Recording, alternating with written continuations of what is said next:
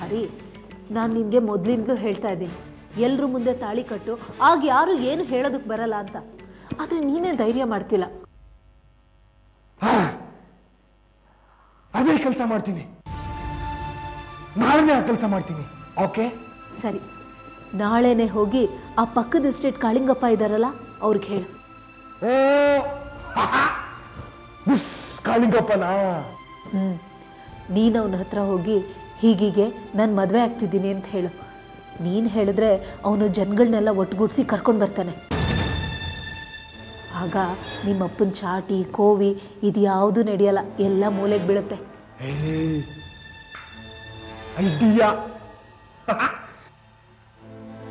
ನಾಳೆ ಧರ್ಮಯ್ಯನ್ ಕೋವಿ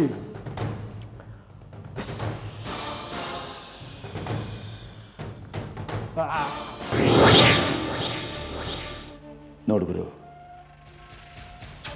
ಈಗ ನಾವೇನು ಮಾಡಬೇಕು ಅಂದ್ರೆ ಹರಿಗೆ ಗೊತ್ತಾಗದಾಗೆ ಅವಳನ್ನ ಈ ಮನೆಯಿಂದ ಓಡಿಸ್ಬೇಕು. ಗೊತ್ತಾದ್ರೆ ಮತ್ತಾವತ್ತೂ ಅವಳನ್ನ ಈ ಮನೆಯಿಂದ ಕರೆಸಕ್ಕಾಗಲ್ಲ, ನೆನಪಿರ್ಲಿ.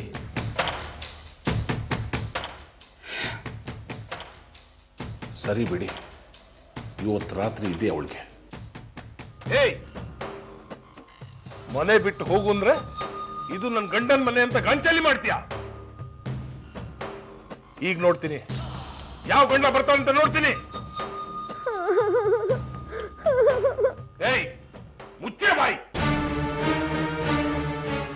ನನಗೇನು ಮಾಡಬೇಡಿ. ಹಾಗಿದ್ರೆ ಈಗಲೇ ಹೊರಟೋಗು. ಭಯ ಆಗುತ್ತೆ. ಹಾಗಿದ್ರೆ ಬೇಡ ಬಿಡು, ಸಾಯಿಸ್ತೀನಿ. ಸತ್ತ ಮೇಲೆ ಭಯನೇ ಇರೋದಿಲ್ಲ. ಈಗ ನೀನು ಹೋಗದೆ ಇದ್ರೆ ನಿನ್ ಜೀವ ಹೋಗುತ್ತೆ. ಹೊಡೆ, ನಡಿ, ನಡಿ.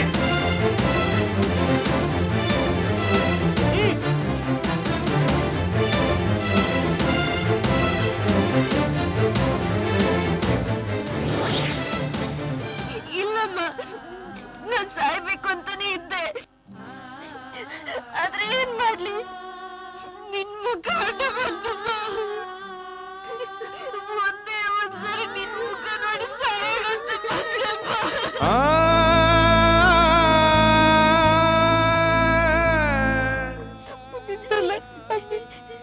ನಂದು ತಪ್ಪು.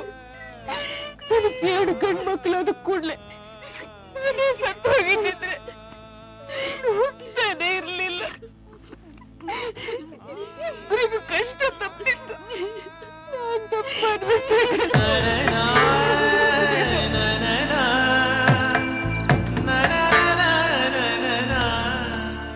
ನಿನ್ಗೆ ಕೇಳ್ಬೇಕು ಅಂತ ಗೊತ್ತಾಗ್ತಿಲ್ಲ ಅವಿ. ಬಾಯಿ ಬರ್ತಿಲ್ಲ ಕಂದ.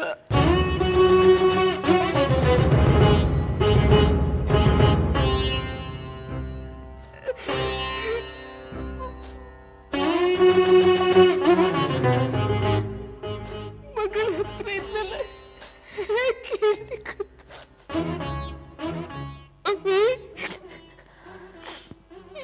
ಏನು ಆಗಿಲ್ಲ ಅಲ್ವಾ? ಬಲವಂತದಿಂದ ದೇವದಾಸಿ ಮಾಡಿದ್ರಲ್ಲಮ್ಮ.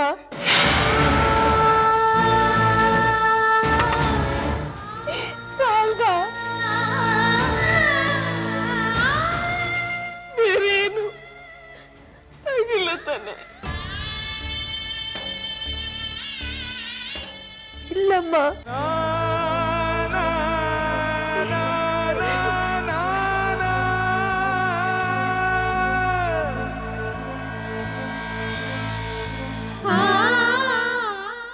ಕಾಳಪ್ಪನ್ನ ಸುಮ್ಮನೆ ಬೈದೆ. ಪಾಪ ಕಾಪಾಡ್ದವನು. ಅಮ್ಮ, ಅವನು ನಾಯಿ, ಕೊಳ್ಕ.